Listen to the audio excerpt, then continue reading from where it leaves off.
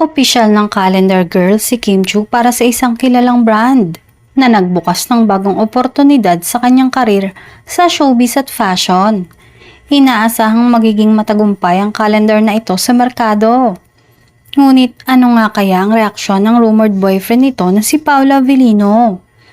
May mga nagsabi naman na tiyak na he's always very supportive as long as komportable si Kim sa ginagawa niya. Ayon naman kay Kim, sa usapin naman ng paghahanda sa photoshoot, ang kagandahan lang ang itinuro sa akin when I was much younger pa. When you have to prepare for something, you don't start preparing just for one thing.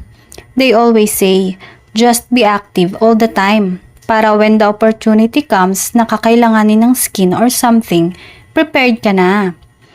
Pero paglilinaw ni Kim, kumakain pa rin naman daw siya sa kabila ng katotohanang kailangan niyang i-maintain ang korte ng kanyang katawan. Sinusundan din naman kasi niya ito ng workout pagkatapos.